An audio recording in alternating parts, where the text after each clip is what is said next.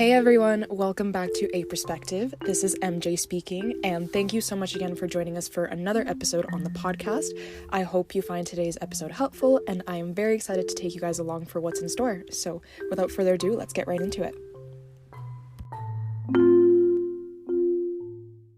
So, little life update on the current situation. I am still recording from my mother's walk-in closet.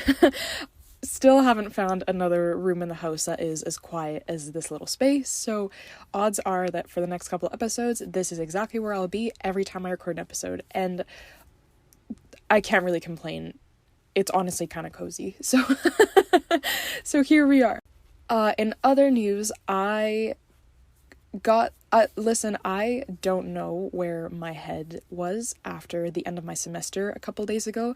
After my semester, I moved out of my house in Victoria, like I mentioned, and now I'm back in Vancouver living with my family, and I guess my brain just lost its freaking train of thought, or its ability to comprehend like what time is and what time it is and how fast it goes by, but my mother gave me the unfortunate realization 2 days ago that, so I thought that May 3rd wasn't for another week, and that's when I'm beginning my MCAT study and the prep course I'm taking, so I really thought I had another week to kind of chillax and get myself all together before honing right into what's going to be the next 3 months of studying, and she gave me the unfortunate realization that May 3rd is actually this coming Monday. Today's Friday as I'm recording this, and that led to a little bit of overwhelm, a little bit of stress, not gonna lie. Yesterday was one of those days where my brain was just going a million miles an hour, trying to figure out everything I had to do before Monday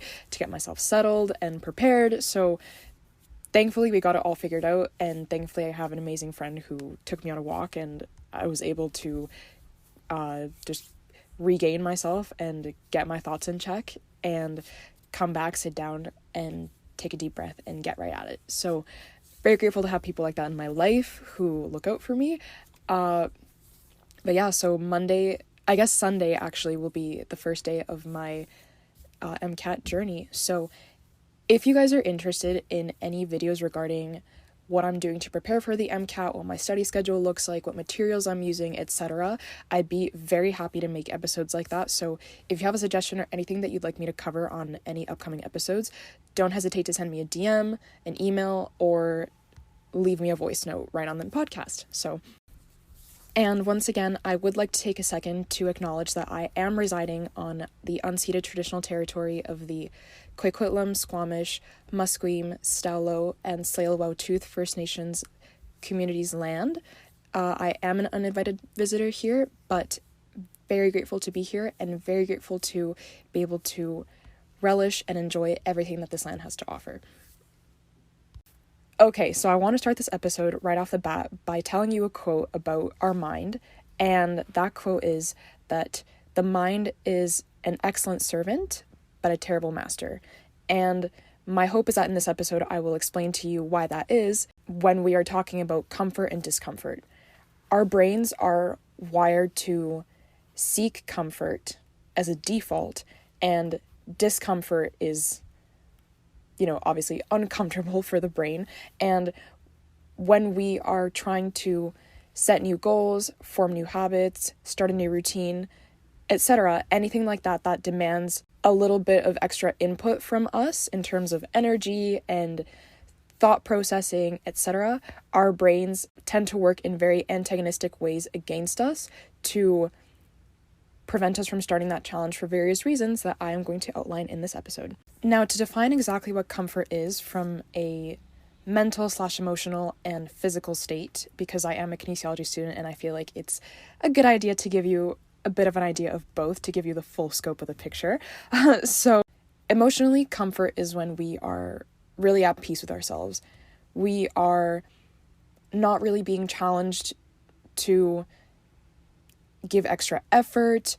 There isn't the risk of failing when we are in comfort. Like, we are not taking on any new tasks that could set us up for failure if we tried to do them. So comfort is emotionally very comfortable because our ego really thrives in situations where we are comforted and we are less prone to making mistakes And we are not in situations in which we have to justify our actions in case we make a mistake. Because, as I've talked about before on this podcast, the ego tends to justify itself when somebody does something unto us or when we make a mistake in order to protect itself and be the victim and not feel bad for the failure that it just endured. Physically, our bodies also really like comfort, because when we are in a state of comfort and peace and rest, our bodies are at near perfect homeostasis. Like, the right amounts of hormones are being released at the right time, our cycles are in sync, our circadian rhythms are in sync most of the time. The hormones of happiness like dopamine and serotonin are being released. So, like I said, we are in a state of euphoria. Like, our bodies and our minds really like comfort. So basically, our brains are very happy when we are in a state of comfort. Now, when there is a shift from a state of comfort to a state of discomfort, and the stressor and the onset to that can be numerous things. It could be, getting to the office and your boss lays a huge pile of papers on your desk and you were hoping to be out at 5 p.m. because your child has a recital that evening, but in reality this is going to take you until 9 p.m. It can be going up for a presentation, getting ready to have a tough conversation with somebody. It can be anything that pulls you out of your comfort zone and into a state of where there is a potential for you to fail.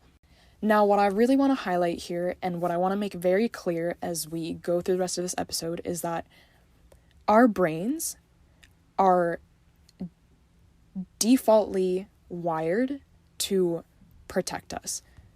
And in doing so, our default thought pattern is to actually think negatively, because what our brain is trying to do by having a default of negative, kind of self-sabotaging, self-doubting thought is that it's a self-preservation mechanism for the brain, so that if you are to fail, if you don't meet your expectations or the expectations of somebody else, then you're not as hurt by the outcome when it happens. So if it happens, I should say.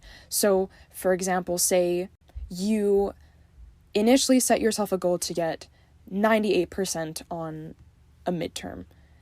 And, you start off by saying, okay, this is great. I'm going to do this and this and this. I'm going to study 8 hours a day for this midterm, and I'm going to absolutely kill it. I'm going to get 98% on it.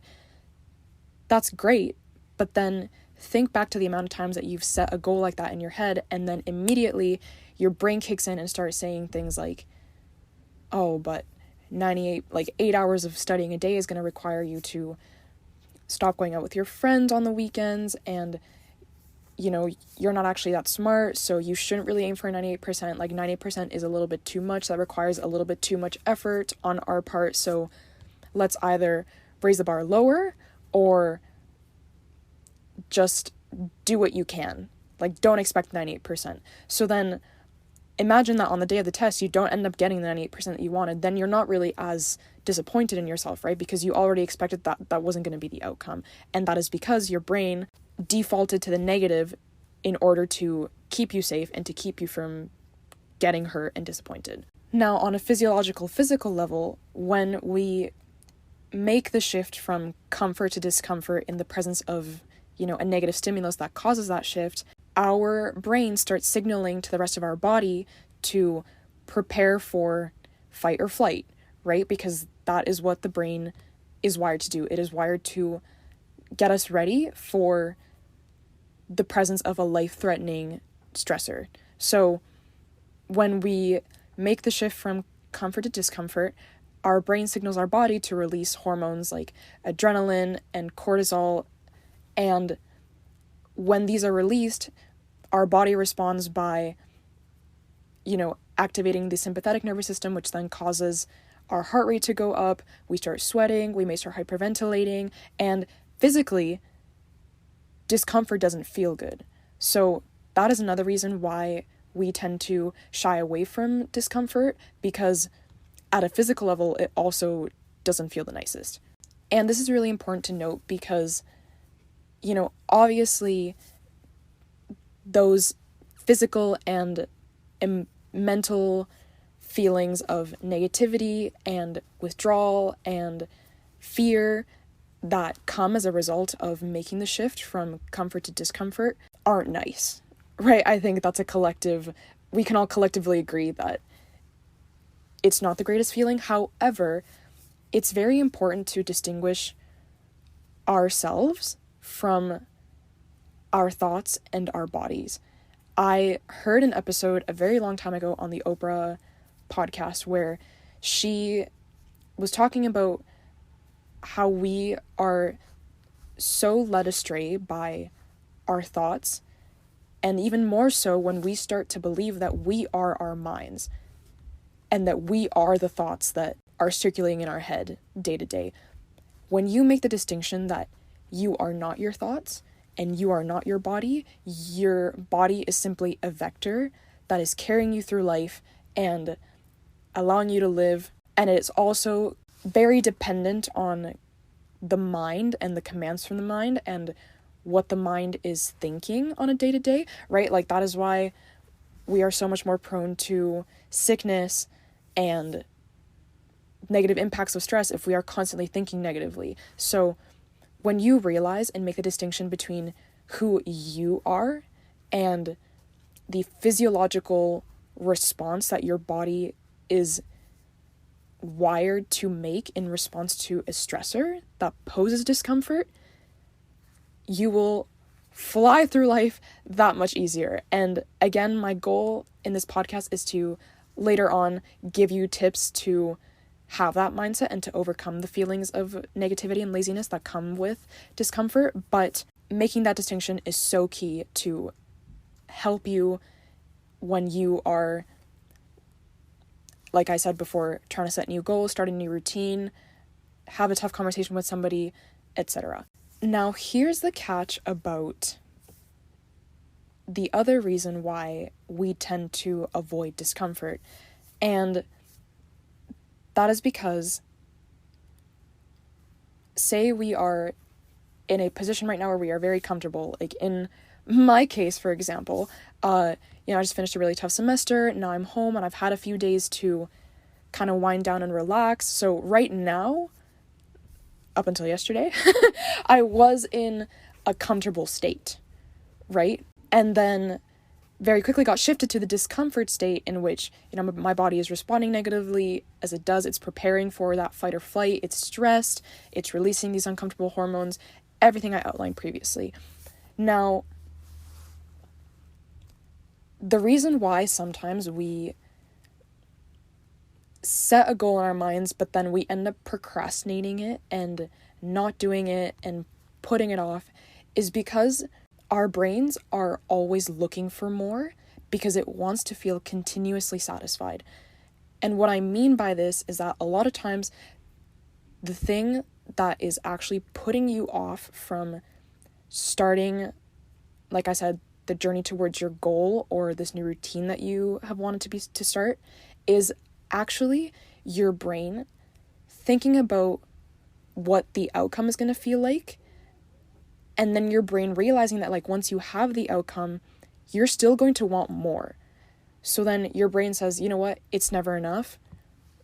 You just shouldn't even do it because you're just always going to be in a state of dissatisfaction.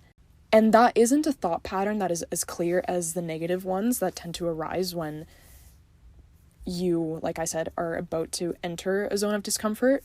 But it's so important to pay attention to our inner narrative and the feelings that arise when you think about the outcome of the particular goal or the particular thing that you're aiming towards, because a lot of times that is actually the narrative that is putting us off from starting the journey towards that thing.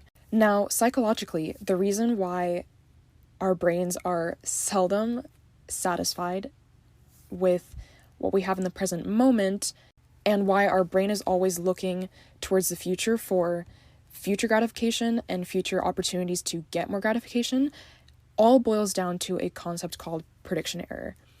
Now, I learned about this in my motor learning class last semester in school, and when the prof explained this, everything just made so much sense and so many light bulbs went off in my head, because this process that our brains execute is the basis for a lot of human behaviors. This includes jealousy, boredom, and even addictive behaviors towards relationships, drugs, and material things. So I'm going to keep it very simple for the listeners that don't really have a background in psychology nor are very aware of psychological concepts, but nonetheless, I'm going to explain it to you because I think it resonates a lot with the topic of comfort and discomfort that we are diving into today. So, to define prediction error is the difference between the expected outcome that your brain computes before you execute an action and the actual outcome that results from the course of action that you took towards performing that certain thing. So, the example that my professor really liked to use when he was teaching us this was the example of ordering a pizza from a restaurant that you've never tried before. So, you call the restaurant, you order a margarita pizza, to keep it simple, I guess, and you've never gotten pizza from this pizza place, okay? In your brain, based on the Google reviews and word of mouth that you've heard from other people, your brain computes a certain prediction error, a certain value for what you're expecting. So if the reviews are super good, then your brain is going to, we'll call it, sets like a high expectation, a high value for the expected outcome of what you think the pizza is going to taste like.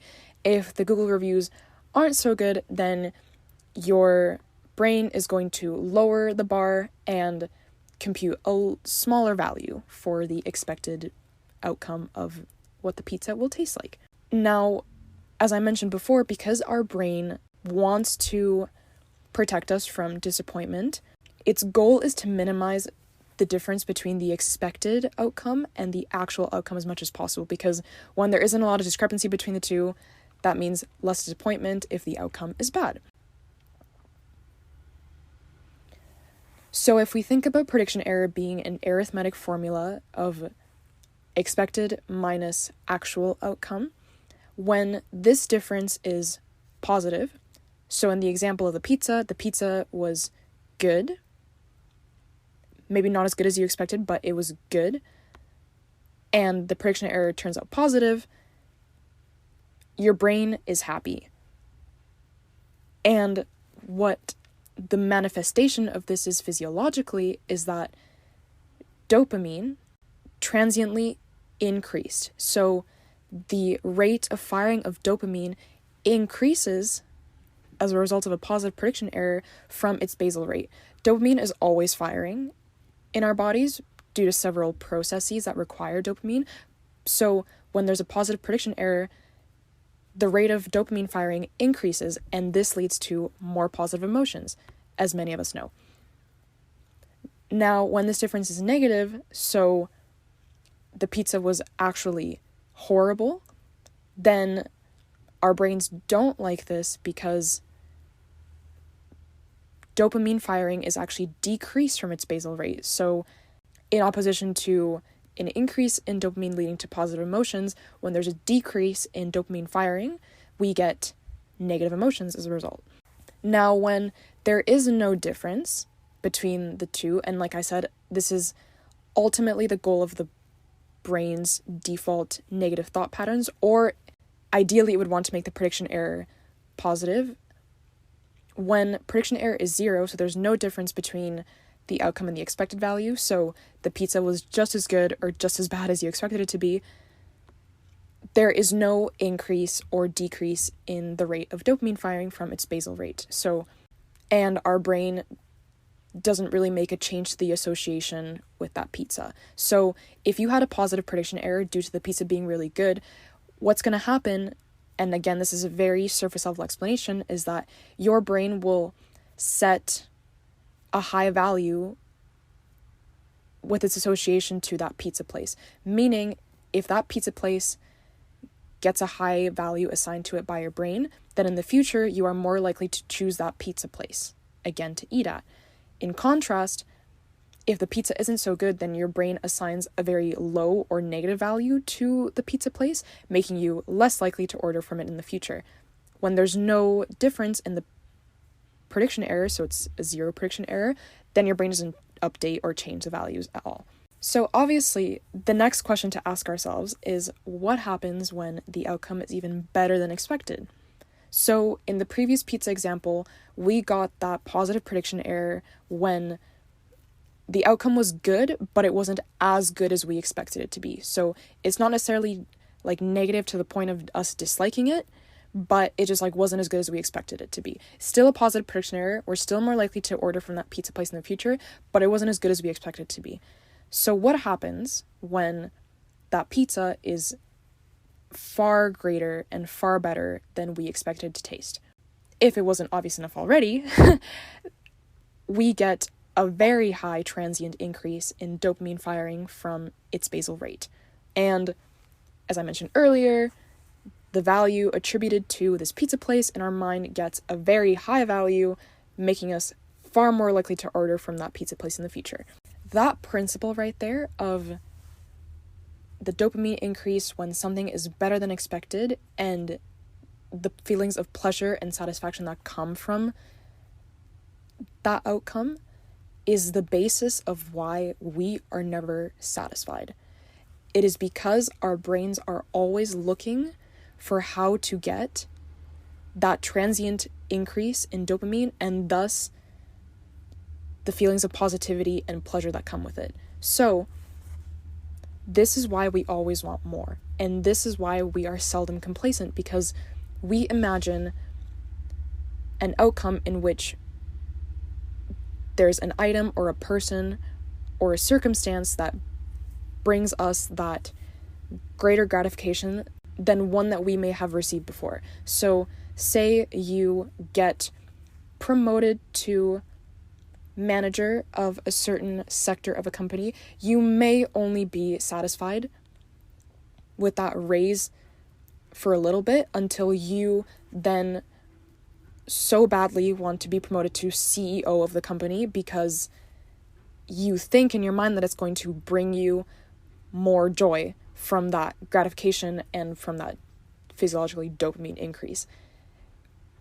Obviously, you can imagine that when you become CEO, you're only going to be looking for the next best thing because your brain gets habituated to the level of dopamine that is released when you first get upgraded to manager. And because it gets used to this, it wants more. It doesn't bring you as much joy at one point because you're used to that level of dopamine firing, so it always wants more. And like I mentioned before, this mechanism right here is the basis for jealousy and for boredom, because when we're bored, like I said, our brains are so used to that level of dopamine that is being fired that it just wants the next best thing, right? It wants more gratification. It wants more feelings of pleasure and satisfaction and enjoyment. In addiction, a certain substance like heroin or cocaine will cause a transient increase in dopamine, but eventually you can imagine if the person continues taking the same dose of the drug that they're taking for an extended period of time, they're going to get used to that level of dopamine firing, right? And that is why people consistently increase their doses, because it brings them more dopamine release and thus more feelings of pleasure. And this exact mechanism of dopamine is also why comfort is actually really harmful to us in the long run, because when we're in a feeling of comfort, there's no increase in dopamine, so we become bored and unfulfilled and dissatisfied. But also, when we're not seeking challenge and we are not challenging ourselves actively by looking for new opportunities and trying new things and trying new challenges, we don't stimulate the neural pathways in our brain. And so there's no creation of new neural connections, neural pathways, and eventually something very interesting happens. Our brain starts to degenerate because it's just not receiving the kind of stimulation that promotes long-term growth and long-term resilience. And so sometimes if you've suffered periods in your memory in which you feel like it's just blank and you can't remember anything because maybe at that time you weren't doing much and you were just on vacation and weren't pushing yourself, you were just kind of chilling in bed for a couple of days, which is also totally fine, by the way. I am not saying it's not okay to rest. But what I'm trying to say is, if you've ever suffered through periods where your mind kind of goes blank when you try to think back to that certain time in your life, it's because you weren't stimulating it, and thus your brain isn't forming memories actively as it should because it's not forming those neural connections. So now, how do we combat these feelings of laziness and recoil towards discomfort and situations that require us to challenge ourselves and expend that energy? Here are 5 tips that I gathered through online sources, but also some that have really worked for me that I think will also help you guys in your journey towards combating your feelings of laziness. So, the first point I have here, and I mentioned this already earlier in the podcast, is that you need to recognize that you are not your thoughts. Your brain regurgitates the information that it sees on a daily basis. So if you were just scrolling through Instagram and you saw pictures of women and men in magazines with incredible bodies, photoshopped abs, and you don't mirror that image, then your brain is going to start giving you negative thought patterns like, you should look like that, why don't you look like that, you should feel ashamed that you don't look like that.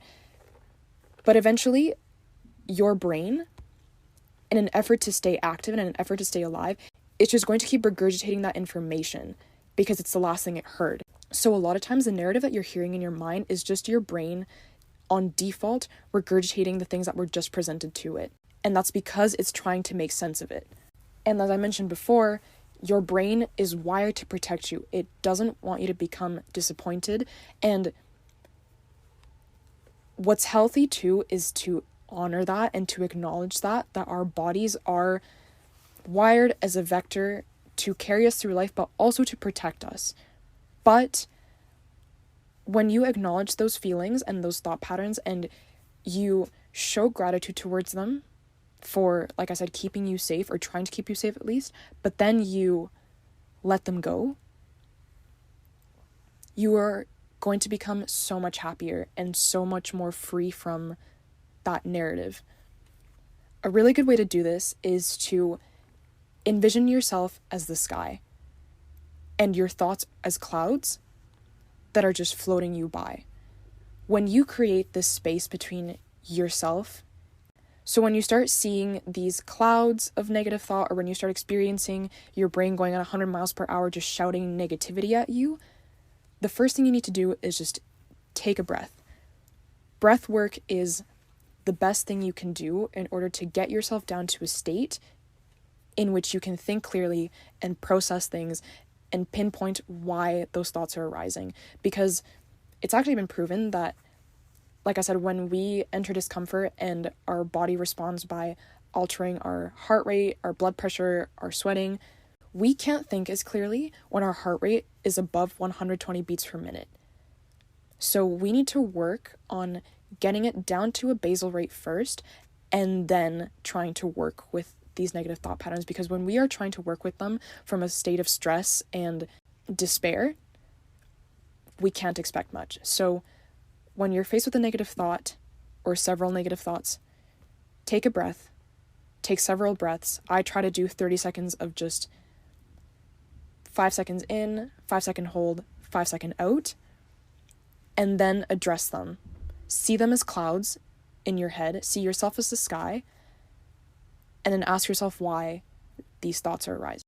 My second tip to breaking negative thought patterns and starting the routine, the goal, the habit that you want to start is to continuously and consistently visualize yourself living the intended lifestyle that you want. So every single night and or every single morning, just make sure that this is a once a day, twice a day, daily practice, tactile and real. So say you are envisioning yourself waking up in the morning early, making yourself coffee. Picture in your mind what that coffee tastes like, what it feels like on your lips and on your tongue when you take the first sip. I talk about coffee way too much. I just realized that I've brought up coffee so many times in this podcast. But envision your cup of coffee, and then say you go hit a workout in your visualization right after that. Visualize what the workout feels like. Visualize if you're lifting weights, maybe the pain that you're feeling on that last rep, or if you're doing cardio, the shortness of breath that you get at the end of a sprint. Like, make it very... My third tip for you to break this negative comfort cycle is to focus on micro habits. This is a principle that is only recently being introduced to the media and to the world of psychology and to the world of wellness and self-improvement, really. But micro habits are so powerful and so much more effective than setting a goal and trying to do it all at once. One of my favorite quotes by author of Atomic Habits, James Clear, is, "Habits are a result of compound interest." And I think that rings so true because I don't think, and I speak for me at least, I don't think there's ever been a time in my life in which I achieved something by trying to do it all at once. Everything that I've done, from this podcast to my business to my social media presence, has come from small steps and small consistent efforts that have led to success. It's also really hard to make excuses against micro habits because they are so micro, so small, that you're more likely to achieve them and do them when you set yourself up for them. So say your goal is to work out more often, but you've never worked out before. This can look like getting up and doing a 5-minute workout in your pajamas, right? Like, that's very hard to procrastinate against because it's only 5 minutes and it doesn't even require you to change, right? The next step to that is maybe doing a 5-minute workout out of your pajamas. You put on your workout clothes, you get them ready the night before so that they're sitting on your dresser in the morning. You can just put them on and do your 5-minute workout. Again, because it's only 5 minutes, it's very hard for you to not do it. What you're going to find is that when you take these small steps, because the bar is set so low, you might be more likely to, in the moment, actually keep going. So you might finish that 5-minute workout in your pajamas and say, you know what, that wasn't that long and that actually felt really good, so you might do another 5 minutes, right? The goal isn't to push yourself to do another 5 minutes right off the bat. These micro habits are helping you realize that you can do it, and that little efforts not only make you feel fulfilled, but put you a step closer to your end result. So another example of this is if you are trying to put your phone away an hour before bed because you want to read more, or because you want to spend more time with your partner, or because it's just not helping you sleep, instead of trying to do it an hour before right off the bat, try putting it away in 5 to 10 minute increments. So if your bedtime is 10 p.m., then maybe the first night you put it away at 9:55, and then 2 or 3 nights after that you put it away at 9:50, etc. You get what I mean? It's the small steps that compound into the large result over time. And by setting the bar lower right off the bat, then you're working with your brain because you might not disappoint yourself, right? It's very hard to miss a 5-minute workout in your pajamas, but that's just me. My fourth tangible tip for breaking negative comfort thought patterns is to have something or someone to keep you accountable. This is huge because accountability is the worst enemy of discomfort, but the best friend of commitment. But also, it's a really good way to see your progress.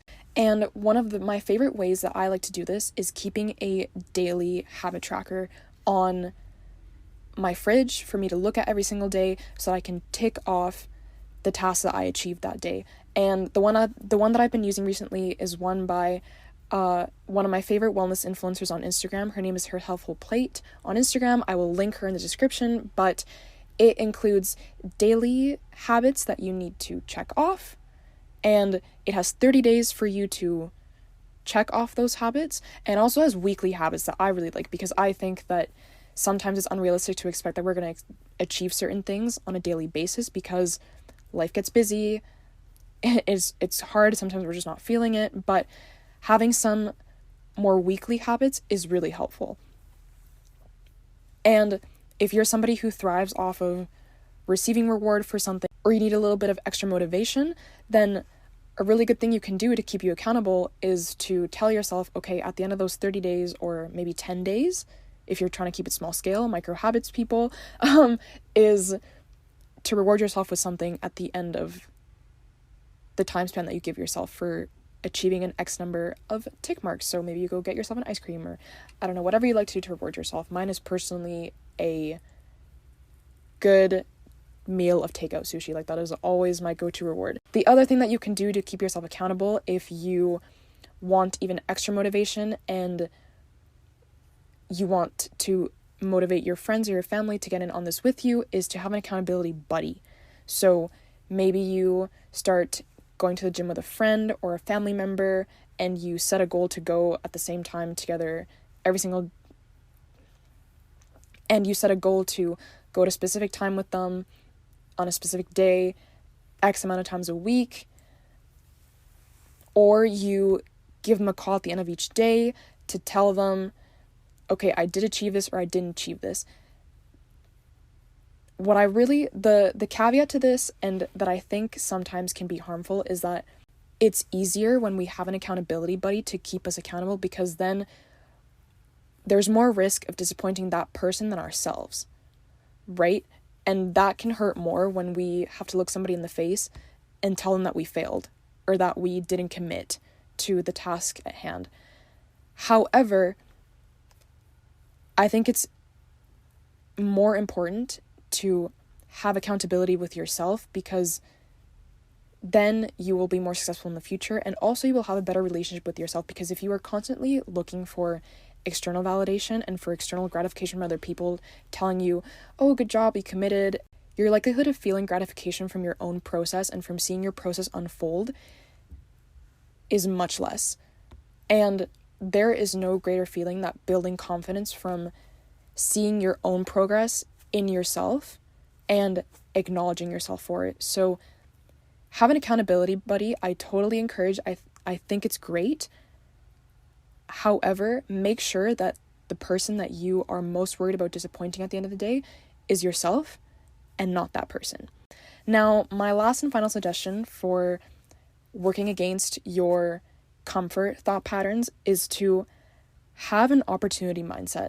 And these are little pointers that I kind of came up on my own, so bear with me. I'm going to try to explain them, but this is something that has really worked for me, is when you have an opportunity mindset, it not only helps you stay present in your day, and I'll talk about why this is important, but it allows you to get just that much more out of your journey, because you are seeing each individual step as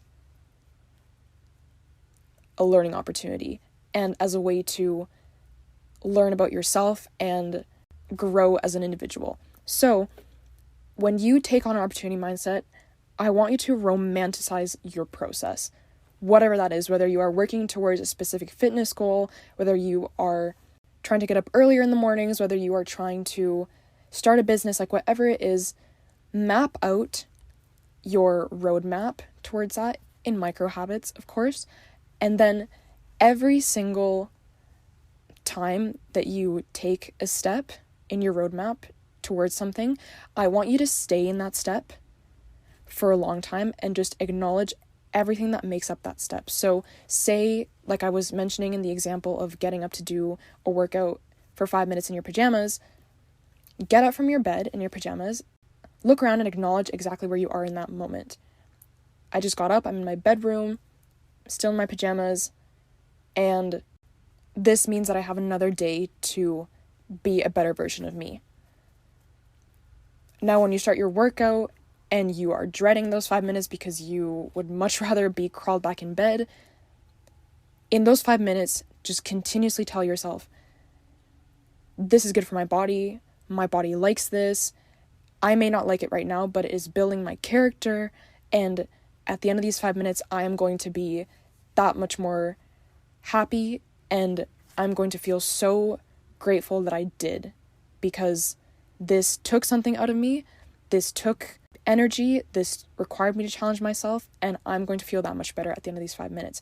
It's little things like that, acknowledging where you are in that moment and reminding yourself that you're exactly where you need to be, and that the universe is consistently throwing opportunities at you to be better, that you will enjoy your process just that much more. Because when you romanticize every step of it by pulling apart the lessons that you are learning from each step, is when the journey will just make so much more sense to you, and when the journey will just feel so much more enriched and flavorful to you, because there really is something in every single step for you to get out of and to be a better person.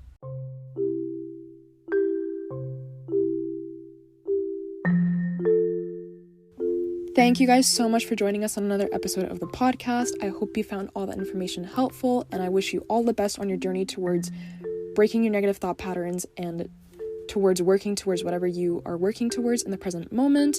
All the best, you're gonna kill it, and I'm looking forward to seeing you in the next episode.